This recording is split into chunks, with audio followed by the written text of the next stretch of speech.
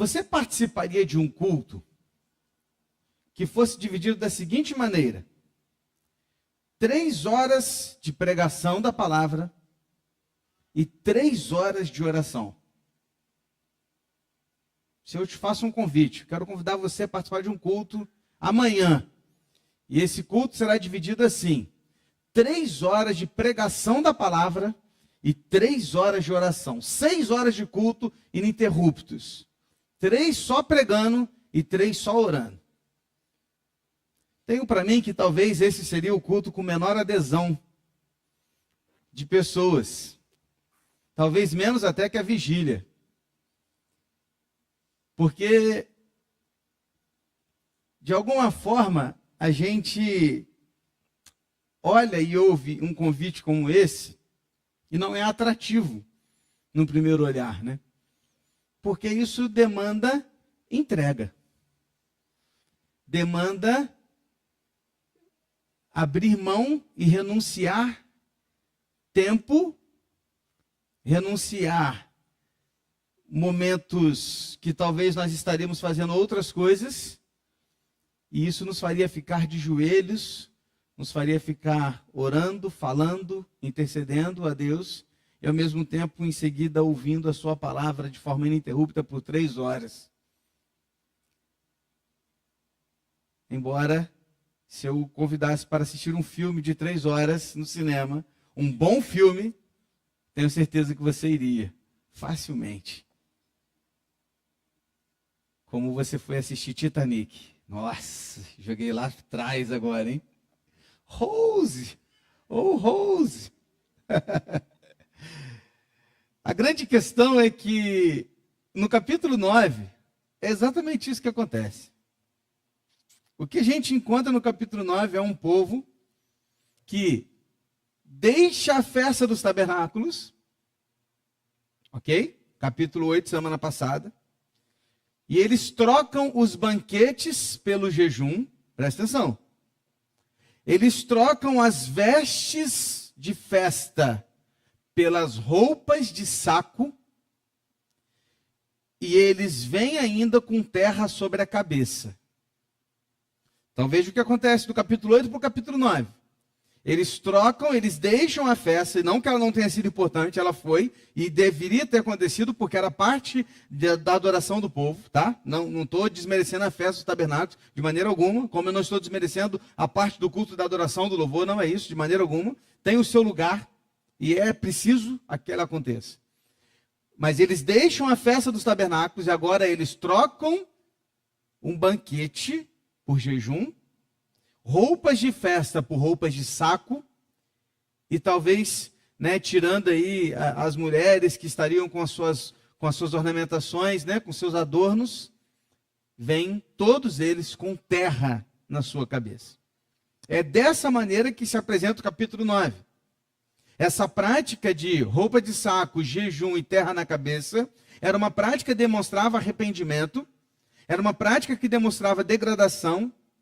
O pano de saco era uma roupa feita de um material feito com pelo preto da cabra, que era bastante desconfortável usar, não como as roupas que eles estavam acostumados. E a terra sobre a cabeça era para mostrar a dor e a vergonha que estavam sentindo diante de Deus.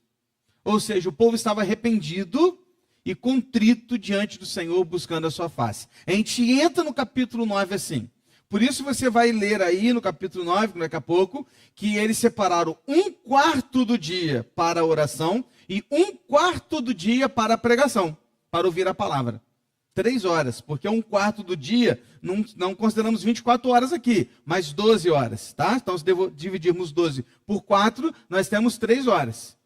Então, sempre que você lê aí 1/4 do dia, não é 24 horas. O dia para eles durava ao nascer do sol, domingo a gente falou disso, e ao pôr do sol, ok? Então, é 1/4 do dia, ou seja, 3 horas para pregação, 3 horas para oração. E quando eles fazem isso, a gente vai ver um capítulo maravilhoso, que é o capítulo 9.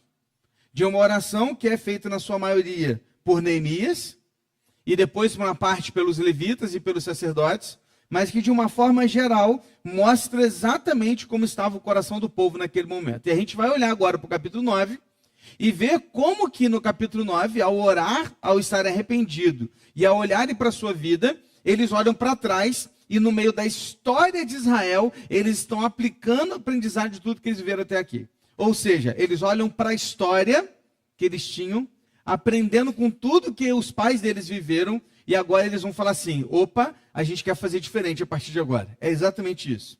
Sabe por quê? Porque Aldous Huxley disse que o fato de os seres humanos não aprenderem muita coisa com as lições da história é a lição mais importante que a história pode nos ensinar. Achei muito legal essa frase. O fato dos seres humanos não aprenderem muita coisa com a história é a lição mais importante que a história tem a nos ensinar. Porque deveríamos olhar para trás e aprender com os nossos erros e mudar daqui para frente. E é isso que o povo está tentando fazer no capítulo 9. E o capítulo 9, ele será dividido em 3 grandes blocos de versículos. A oração, a adoração, o culto daquele povo, ele pode ser dividido mostrando três partes aqui. Eu vou dividir ela em 3 maneiras. A primeira parte, o primeiro bloco, nós vamos aprender sobre a grandeza de Deus, e hoje não tem slide, então se você gosta de anotar, você vai ter que pegar uma caneta hoje, ok? Então você vai aprender no primeiro bloco sobre a grandeza de Deus, no segundo bloco sobre a bondade de Deus, e no terceiro bloco sobre a graça de Deus. Fechou? Então no primeiro bloco nós vamos ver sobre a grandeza de Deus, segundo sobre a sua bondade, e em terceiro sobre a sua graça. E o primeiro bloco de versículos vai do versículo 1 ao versículo 6. Se você está com a sua Bíblia aberta, eu o convido então juntos a gente acompanhar essa leitura. No dia 24 deste 7º mês, os filhos de Israel se reuniram para um jejum. Vestiam um pano de saco e traziam terra sobre a cabeça. Já falei sobre isso. Versículo 2. Os da linhagem de Israel separaram-se dos estrangeiros, puseram-se em pé e fizeram confissão dos seus pecados e das iniquidades dos seus pais.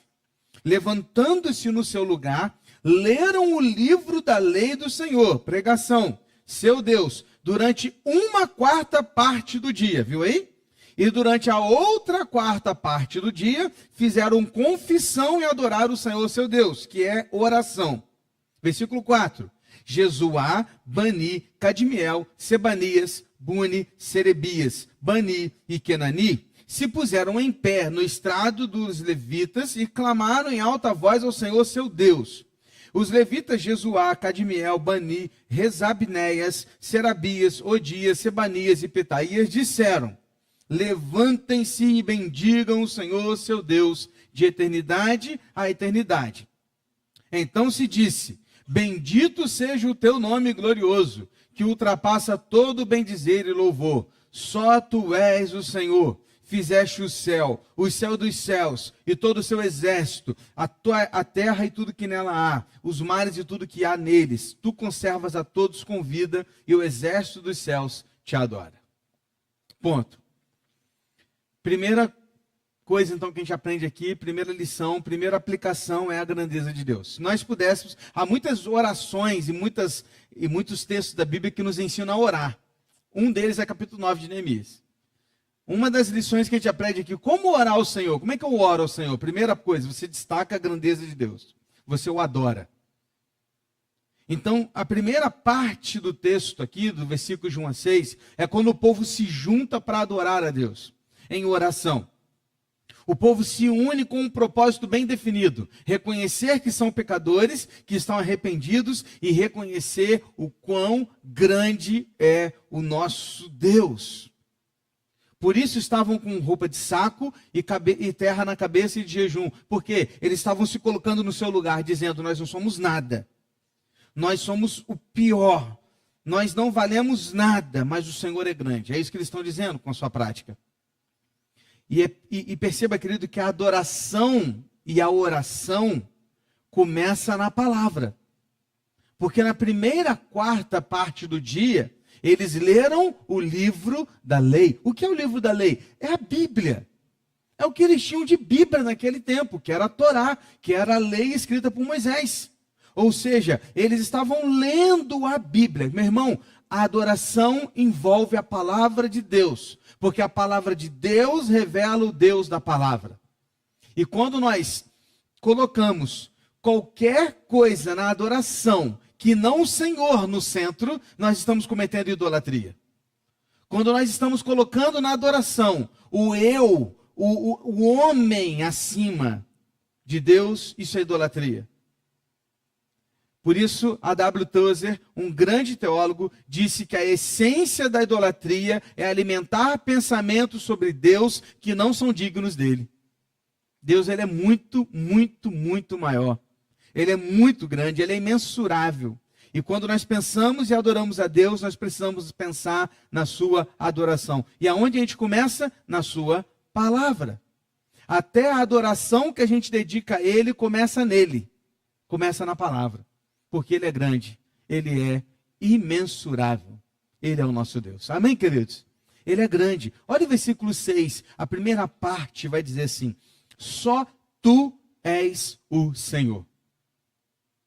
É interessante que ao ler essa primeira parte desse bloco, eu já identifiquei aqui duas maneiras de combater duas teorias errôneas a respeito de Deus. Primeiro delas está aqui. O texto diz: só tu és Deus. Só tu és o Senhor. Que teoria está sendo combatida aqui? A teoria do dualismo. O que é o dualismo, pastor? É quando ensina-se que há duas grandes forças no mundo, o bem e o mal. E eles são iguais. E eles estão lutando enquanto a gente está aqui, eles estão lutando. Isso é dualismo. Só que isso não é verdadeiro, isso não é bíblico. Porque só tu és o Senhor. Só há um Deus. Logo, Deus está acima. Deus não está lutando com ninguém, gente. Deus não precisa lutar com ninguém. Ele está acima. Ele é o único onipotente, onisciente, onipresente. Ele é o único eterno na sua essência. Só ele é Deus. O mal está abaixo de Deus. Nós, né? Recentemente, na nossa leitura do plano anual, nós lemos um livro inteiro já. Qual foi o livro inteiro que a gente já leu? Quer dizer, hoje a gente está concluindo mais um, né? Mas o outro foi qual? Jó. E quando a gente leu Jó, a gente viu que o diabo, ele queria fazer mal a Jó. Mas ele foi fazer direto sem autorização? Não. Ele só fez aquilo que fez a Jó porque Deus permitiu. Perceba?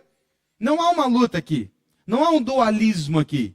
Cai por terra essa teoria. Não existe dois deuses, existe apenas um Deus. E ele é o nosso Deus. Senhor dos senhores. Não é sobre se ele pode fazer, é se ele quer fazer. Porque poder ele pode. Porque nada é impossível para o Senhor. Ele é Deus. Amém, queridos? Então, uma teoria aqui já cai por terra. O texto vai continuar. O versículo 6 ainda, a parte B, vai dizer: fizeste o céu, os céus dos céus e todo o seu exército, a terra e tudo que nela há, os mares e tudo que há neles. Deus também é grande porque ele criou o universo e tudo que nele há. Deus é criador. Ele criou do nada. Tudo que a gente cria, a gente estava aqui fazendo aqui a montagem do aquário, e aí a gente estava conversando aqui, o Léo falou de uma empresa, não vou fazer merchandise não, mas essa empresa falou assim, essa empresa ela é tão fera, que ela inventa as coisas, ela chega nas nossas empresas, vê o que não tem, ela inventa uma coisa nova para ajudar a gente a concluir e chegar no objetivo, ou seja, ela cria muitas coisas, ela é criativa. Só que tudo que essa empresa e qualquer um de nós criar, a gente cria de uma matéria-prima. Ninguém cria do nada, ninguém chega e faz assim, vou criar alguma coisa que agora, criei. Alguém faz isso? Não, só um fez isso. E esse um se chama Deus. Porque disse Deus, haja luz e houve luz. Ele criou do nada. Tudo que nós criamos é uma matéria-prima, mas a matéria-prima foi feita por Deus. Ele é grande porque ele é o Criador. E Agostinho de Hipona vai dizer, é assim que o mundo se esquece de ti, o seu Criador, quando ele se apaixona por aquilo que criaste, em vez de apaixonar-se por ti. Idolatria. Quantas vezes nós estamos apaixonados por aquilo que Deus criou e trocamos a adoração ao Criador pela criatura. E começamos a viver em prol da criação e não do Criador. E o texto está dizendo que ele criou os céus dos céus, a terra e tudo que nela há. Porque ele é grande. O que está sendo exaltado aqui é a grandeza de Deus. Você está comigo, meu irmão? Amém? Então, primeiro eu já te disse que só existe um Deus. Não existe dualismo. Só existe um Deus. E esse único Deus, ele é o criador de todas as coisas. Está comigo? Em terceiro lugar, ainda dentro dessa parte da grandeza de Deus, é a parte C do versículo 6. O versículo 6 é riquíssimo. E o versículo 6, no finalzinho, ele vai dizer assim, olha, tu conservas a todos com vida, e o exército dos céus te adora. Agora, cai por terra outra teoria, a teoria do deísmo, com D, de dado. Ok? Não teísmo com T, deísmo com D. O que essa teoria do deísmo ensina, pastor? A teoria do deísmo ensina que Deus criou o mundo como um criador de um relógio. E ele deu corda no mundo, virou as costas e deixou o mundo viver por si próprio. Essa teoria é deísmo. Ela ensina então que Deus deu corda no mundo e agora o mundo ele funciona por si próprio. Tá pegando isso? Como alguém que criou um relógio, deu corda no relógio e agora ele funciona sozinho. Só que isso também não é verdadeiro. Isso não é real. Porque Deus não apenas criou o mundo e deu as costas para ele. Deus é soberano sobre o mundo. Ele controla todas as coisas. Ele é o Senhor dos senhores e ele permite ou não que alguma coisa aconteça. Ele ainda está sentado no seu trono, e olhando para aquilo que ele criou, conduzindo e cuidando de todas as coisas. Porque nenhum fio de cabelo cai da nossa cabeça sem que ele saiba. Certo? Nada acontece sem que o Senhor saiba. Salmo 139 fala que ele sabe todos os dias da nossa vida. Antes mesmo da gente nascer, no ventre da nossa mãe, ele já sabe quem nós somos, o nosso nome, quanto a gente vai viver, o que vai acontecer, quantos quilos você vai pesar, quanto você vai ganhar, quanto você vai perder, quantos filhos você vai ter, quando você vai morrer, ele sabe de tudo. Sabe por quê? Porque o Senhor, ele é eterno, onisciente, ele conhece todas as coisas e ele controla todas as coisas. Amém, meus irmãos? Querido, é esse Deus que a gente serve. Se isso aqui não te fazer pulsar o coração, te fazer ficar arrepiado e adorar ao máximo a esse Deus, eu não sei o que mais fará. Porque é isso que o povo está dizendo. Eles estão dizendo, o Senhor é grande. Por que ele é grande? Porque só existe um Deus, porque ele é criador e porque ele não apenas criou, mas ele conserva todas as coisas, ele controla todas as coisas. Ele é o nosso Deus. E ele é grande. A grandeza de Deus é vista no seu cuidado providencial na sua criação. Ele não se ateve apenas a criar todas as coisas e entregá-las à própria sorte, mas Deus está envolvido em tudo que acontece na sua criação. A grandeza de Deus é exaltada quando o texto diz que o exército de anjos o adoram. E se os anjos o adoram, eu também. Lembrou daquela música? Se a criação adora, eu também. Se as montanhas te adoram, eu também. Como não adorar aquele que é o Criador de todas as coisas, o Senhor dos senhores, um único Deus e aquele que mantém todas as coisas funcionando e no seu lugar? Meu irmão, ele é grande. Eu quero que você volte para casa hoje, sabe, com cara de espanto, assim, uau. É o nosso Deus. Uau! Que poder! Que Deus! Que maravilha! Esse é o nosso Senhor. Amém, meus irmãos? Esse é o primeiro bloco dos versículos. A grandeza de Deus. O segundo bloco de versículos vai falar sobre a bondade de Deus. E no primeiro momento, eu confesso para você que eu pensei em não ler esse texto com você, porque ele é grande, mas eu vou ler. Eu vou ler e você vai ter que me aguentar. Então vem comigo, abre a sua Bíblia aí. Se você ainda não está com ela aberta ou já fechou, volta para ela. Nós vamos ler do versículo 7 ao versículo 30. Você está comigo? Então vamos lá. Diz assim, olha, porque é maravilhoso ler isso aqui. Versículo 7 em diante, até o 30, hein? Tu és o Senhor, o Deus que escolheste Abrão e o tiraste de Ur dos Caldeus e lhe puseste por nome Abraão. Achaste o seu coração fiel diante de ti, com ele fizeste aliança, para dares a descendência dele a terra dos cananeus, dos heteus, dos amorreus, dos ferezeus, dos jebuseus e dos girgazeus. e cumpriste as tuas promessas, porque és justo. Viste a aflição dos nossos pais no Egito e ouviste o clamor deles junto ao mar vermelho. Fizeste sinais e maravilhas contra Faraó, os seus servos e contra todo o povo da sua terra, porque soubeste que os trataram com arrogância, e assim adquiriste a fama que tens até o dia de hoje. Dividiste o mar diante deles, de maneira que atravessaram em terra seca. Lançaste os seus perseguidores nas profundezas, como uma pedra nas águas impetuosas. Tu os guiaste durante o dia como uma coluna de nuvem, e durante a noite como uma coluna de fogo, para iluminar o caminho por onde deviam seguir. Desceste sobre o monte Sinai, do céu falaste com eles, e lhes deste juízos retos, leis verdadeiras, estatutos e mandamentos bons. Tu lhe deste o conhecer o teu santo sábado, e lhe deste mandamentos, estatutos e lei por meio do teu servo Moisés. Quando estavam com fome, lhes deste pão dos céus, e quando estavam com sede, fizeste brotar água da rocha, e lhe disseste que entrassem para tomar posse da terra, que com juramento prometeste dar a eles. Porém, eles, os nossos pais, se tornaram arrogantes e teimosos, e não deram ouvidos aos teus mandamentos, recusaram ouvir-te, e não se lembraram das tuas maravilhas que fizeste no meio deles. Foram teimosos, e na sua rebelião escolheram um chefe, com o propósito de voltarem para a sua servidão do Egito. Porém tu, ó Deus, perdoador, bondoso e compassivo, tardio em irar-te e grande em bondade, tu não o abandonaste, nem mesmo quando fizeram para si um bezerro de metal fundido e disseram, este é o seu Deus que o tirou do Egito, e cometeram grandes blasfêmias. Mas tu, pela multidão das tuas misericórdias, não abandonaste no deserto. A coluna de nuvem nunca se afastou deles durante o dia, para guiar pelo caminho, nem a coluna de fogo durante a noite, para iluminar o caminho por onde deviam seguir. E lhes concedeste o teu bom espírito para os ensinar. Não lhes negaste o teu maná para poderem comer, e lhe deste água quando tiveram sede. Durante 40 anos, tu os sustentaste no deserto, e nada lhes faltou. Ouça isso, as roupas que eles usavam não envelheceram, e os seus pés não ficaram inchados.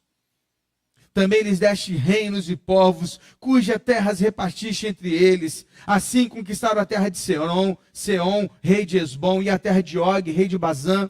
Multiplicaste os seus filhos como as estrelas do céu, e os trouxeste à terra que tinhas prometido a seus pais, dizendo que nela deveriam entrar. Os filhos deles entraram e tomaram posse da terra. Subjugaste diante deles os moradores da terra, os cananeus, e os entregaste nas mãos deles, com os reis e os povos da terra, para fazerem com eles o que bem quisessem. Conquistaram cidades fortificadas e terra fértil, tomaram posse de casas cheias de todo tipo de coisas boas, cisternas cavadas, vinhas e olivais e árvores frutíferas em abundante. Comeram, se fartaram, engordaram e viveram em delícias pela tua bondade. Ainda assim, foram desobedientes e se revoltaram contra ti. Viraram as costas à tua lei e mataram os teus profetas, que testemunhavam contra eles para os fazerem voltar a ti e cometerem grandes blasfêmias.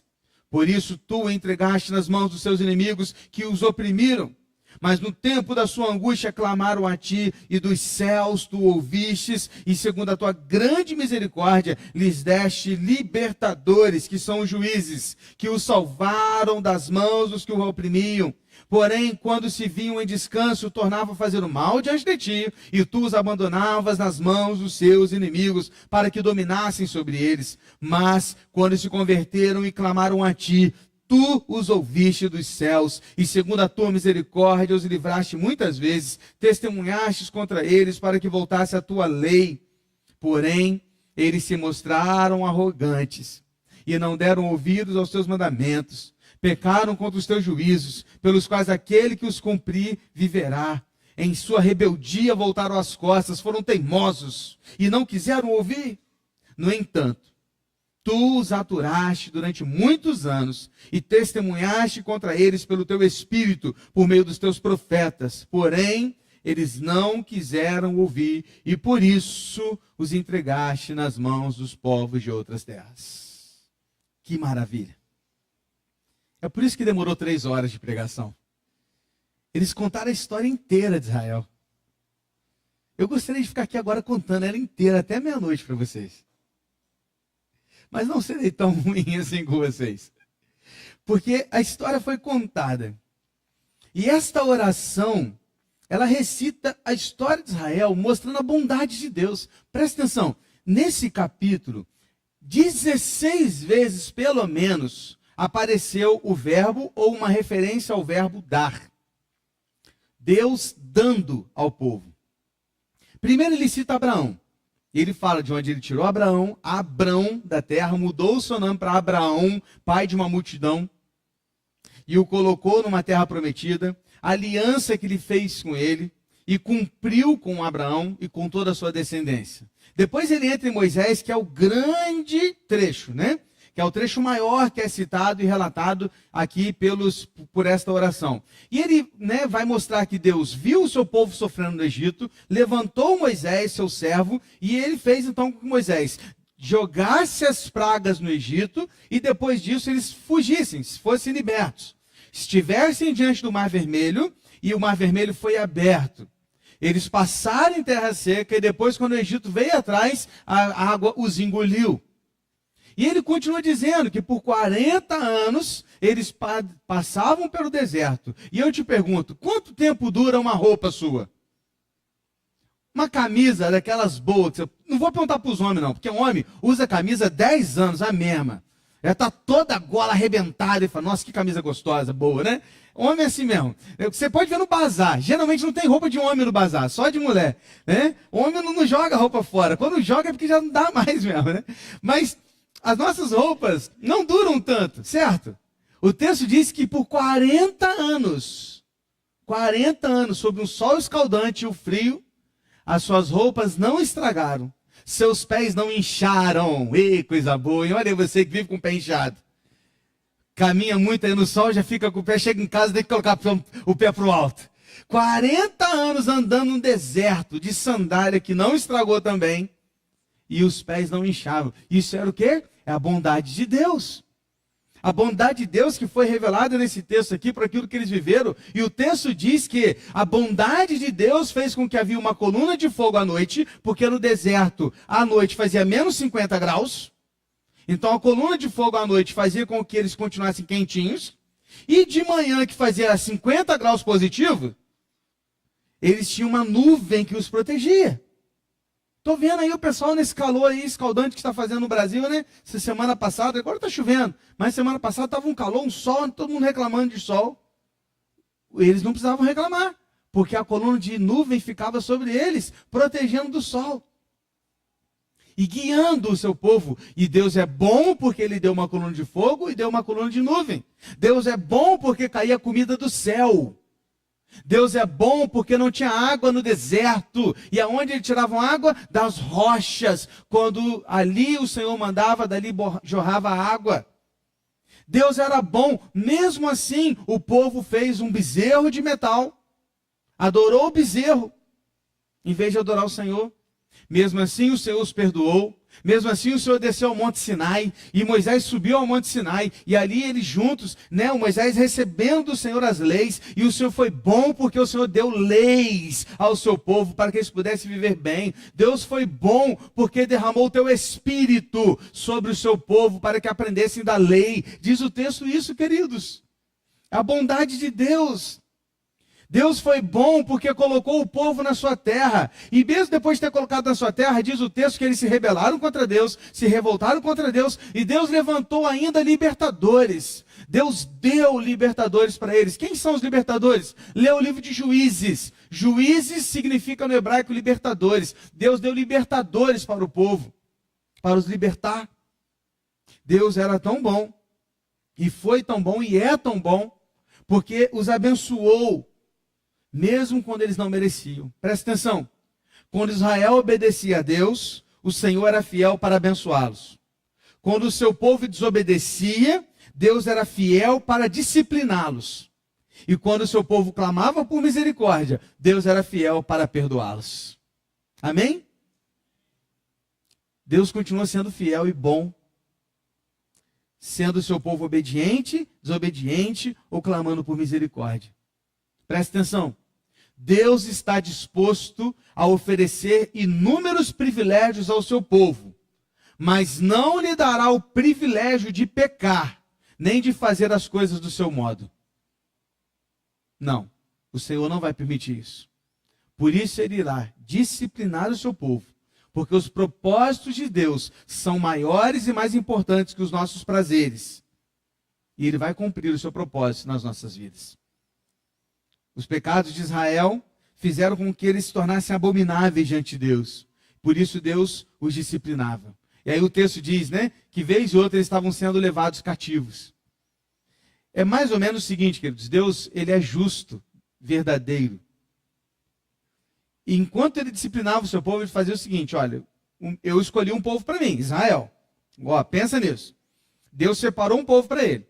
Tirou do Egito, praga, mar vermelho, cai do céu comida, água da rocha, nuvem, fogo, tudo. Colocou numa terra que mana leite e mel. Chegou na terra, as casas estavam prontas, já tinha cisterna, tinha vinha plantada, tinha uva para todo lado, cachos que nem conseguiam carregar, tudo do bom e do melhor. Deus falou e deu para o povo. E ele deu também uma lei, falou, obedeçam a lei. Aí o povo vai lá e desobedece a lei. Começa a viver como os pagãos. Como Deus é justo e é a lógica, o que Deus faz? Bom, já que vocês querem viver como os pagãos, vou colocar vocês para viverem com os pagãos. E por isso eles eram levados cativos, escravos, e sofriam opressão dos povos pagãos. Era assim que Deus fazia. E dessa maneira corrigia e disciplinava o seu povo, que se arrependia e clamava por misericórdia. E Deus vinha e libertava o seu povo. E o que o texto está dizendo, e o que o povo está dizendo é, Senhor, como a gente reconhece que os nossos pais foram muito desobedientes e desonraram o teu nome? É isso que eles estão dizendo. E mesmo assim, o Senhor foi bom. Por isso o segundo bloco fala da bondade de Deus. Porque Deus deu uma terra a Israel, deu uma lei, deu o ministério do Espírito, deu alimento e água, deu libertadores e deu vitória sobre os inimigos. E isso é reflexo da sua bondade, porque o povo nada fez para merecer essas coisas. O mesmo ele faz comigo e com você. Não adianta você olhar para Israel e falar assim, nossa, que povo cabeça dura, né? É igual a gente. Igualzinho. Porque ai de nós, se o Senhor fosse nos abençoar, de acordo com a nossa prática. Aprendemos domingo sobre isso também. Porque o Senhor é bom. Por isso, a gente precisa adorar o Senhor. Amém, meus irmãos? Por último lugar, para a gente terminar hoje, em terceiro bloco, fala sobre a graça de Deus. Depois, olha só, o povo adorou o Senhor, destacando a sua grandeza. Depois ele reconhece a sua miserabilidade e a bondade de Deus. Por fim, eles vão reconhecer a graça de Deus e falar assim, a gente precisa desse Deus. Então vem comigo, 31 a 38 para a gente fechar. Mas pela tua grande misericórdia não acabaste com eles, nem os abandonaste, porque tu és Deus clemente e misericordioso. Agora, pois, ó nosso Deus, ó Deus grande, poderoso e temível, que guardas a aliança e a misericórdia, não menosprezes toda a aflição que nos sobreveio, a nós, aos nossos reis, aos nossos príncipes, aos nossos sacerdotes, aos nossos profetas, aos nossos pais e ao teu povo, desde os dias dos reis da Síria até os dias de hoje. Tu foste justo em tudo o que nos aconteceu, pois agiste com fidelidade enquanto nós procedemos mal.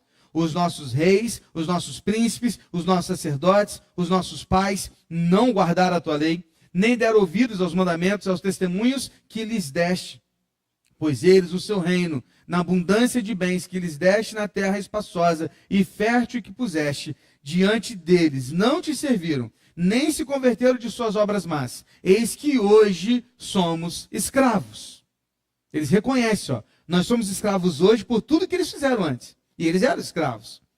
Continua, versículo 36. E até na terra que deste aos nossos pais, para comer o seu fruto e o seu bem, eis que somos escravos nela. Era exatamente. Deus deu a terra para eles, eles tinham a terra, e agora eles eram escravos na própria terra. Porque eles mandavam em tudo, os persas mandavam em tudo, inclusive na terra deles. Continuando, 37. Seus abundantes produtos são para os reis que puseste sobre nós por causa dos nossos pecados. Estes reis dominam sobre nós e sobre o nosso gado, como bem entendem. Nós estamos em grande angústia. O versículo 38 fecha. Por causa de tudo isso, nós fazemos uma aliança fiel, por escrito, e os nossos príncipes, os nossos levitas e os nossos sacerdotes puseram o seu selo sobre ela.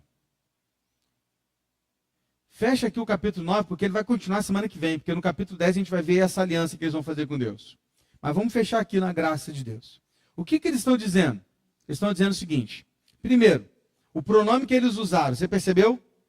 Eles não falaram assim, porque os seus servos lá do passado, aquela galera do passado, porque o povo lá de trás. Não, eles falaram assim, ó, nós pecamos, nós erramos, os nossos reis, os nossos profetas, os nossos sacerdotes, os nossos príncipes, nós estamos aqui porque nós pecamos, nós. Eles se colocam na situação. Eles reconhecem que eles também eram pecadores. E quando eles reconhecem isso, eles estão dizendo o seguinte, agora a gente é escravo, porque nós pecamos. Agora a gente é escravo na nossa própria terra. Era assim, queridos. Só que o que eles estavam dizendo é o seguinte, Senhor, clemente e misericordioso, ouça a nossa oração, porque o Senhor é gracioso e a tua graça está sobre nós.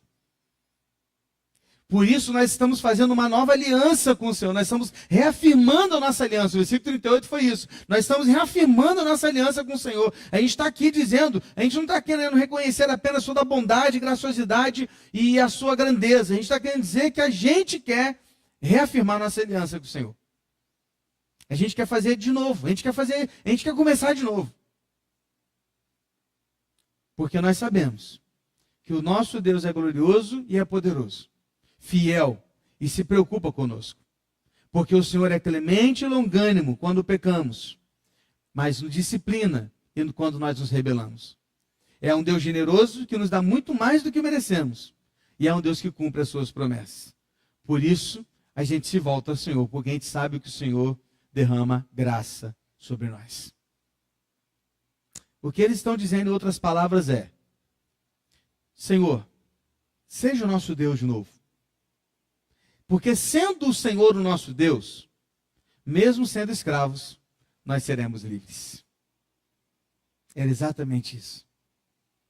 A gente pode até continuar sendo escravo, mas a gente quer servir o Senhor.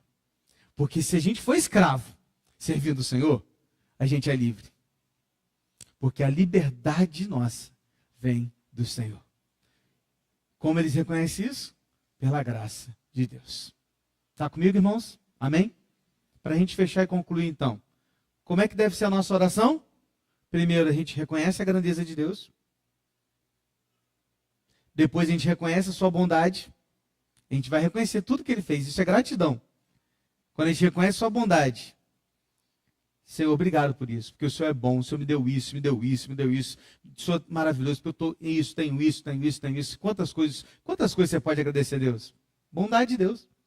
E em terceiro lugar, você reconhece a graça de Deus. E você fala, Senhor, eu sei que eu sou pecador, mas por favor, olha para mim, me ajuda, porque eu quero te servir. Quero te servir aonde for, porque ainda que eu seja um escravo, sendo teu servo, eu sou livre. É por isso que tantos homens de Deus, mesmo na prisão, eram livres no Senhor. É assim que o seu povo precisa entender. Está comigo, meu irmão? Esse é o nosso Deus. E o que eles chegaram aqui foi para começar de novo. Talvez hoje seja o tempo de começar de novo. E essa oportunidade está sendo nos dada mais uma vez. Feche seus olhos. Sabe uma coisa que me chama a atenção em toda a história de Israel? É que mesmo diante de tudo isso, sempre havia um remanescente que se mantinha fiel. Sempre tinha um grupo menor que se mantinha fiel. Até na Babilônia tinha Daniel e seus amigos. Sempre tinha. E a partir desse grupo pequeno, de servos remanescentes e fiéis ao Senhor, Ele recomeçava o seu povo através deles. pergunta é: há aqui hoje um remanescente fiel? Somos esse remanescente povo fiel? Que podemos orar destacando a grandeza de Deus, a bondade de Deus e a sua graça? Sabendo que não somos nada e não somos ninguém. Precisamos do Senhor. Senhor, muito obrigado pela tua palavra. Muito obrigado, Deus, porque ela é viva e eficaz. Poderíamos ficar a noite inteira debruçados só no capítulo 9. Tantas e tantas riquezas. Se parássemos para ler literalmente versículo por versículo, ficaríamos aqui até mais de meia-noite. Sedentos. Porque há tantas coisas para se aprender aqui. E mesmo, Deus, nesse pequeno momento de 40 minutos, meia hora que tivemos, o Senhor nos ensinou tantas coisas. Porque o Senhor é grande, Criador, único Senhor, não há outro que duela com o Senhor, não existe dualismo. O Senhor não apenas criou todo o mundo e o universo, mas o Senhor os mantém. É o Senhor quem faz com que a terra gire em torno do sol, em que a terra faça o seu giro de 24 horas. É o Senhor que controla todas as coisas, as nuvens, o mar, que coloca limites no mar para que ele não passe de onde ele está. É o Senhor. Os homens até descobriram as leis da física, por exemplo. Mas eles só descobriram aquilo que já existia, porque o Senhor que foi quem os criou. O Senhor que criou todas as coisas do nada. É grande, glorioso e majestoso. E mesmo assim, o Senhor é bom. Olhando para nós, pecadores, míseros, miseráveis homens que somos. E o Senhor ainda assim derrama a tua graça. Obrigado pelo teu amor, pela tua misericórdia, pelo teu poder derramado em nós. Que haja aqui nesta igreja um remanescente fiel da tua palavra, que não negocia a palavra do Senhor e que, se for preciso um dia estar numa prisão, porque não negociam a palavra, ali seremos os mais livres dos homens, porque junto do Senhor seremos livres onde quer que estejamos. Por isso, Deus, usa-nos, usa esta igreja como instrumento das tuas mãos para pregar o Evangelho de forma verdadeira, pura e fiel. É o que te pedimos, é o que oramos. Em nome de Jesus. Amém, Senhor. Amém, queridos? Você ficaria 3 horas ouvindo apenas uma pregação da palavra? Então me perdoe porque a gente passou um pouco mais da hora hoje. Que Deus abençoe a sua vida, que você tenha um restante de semana abençoado, em nome de Jesus.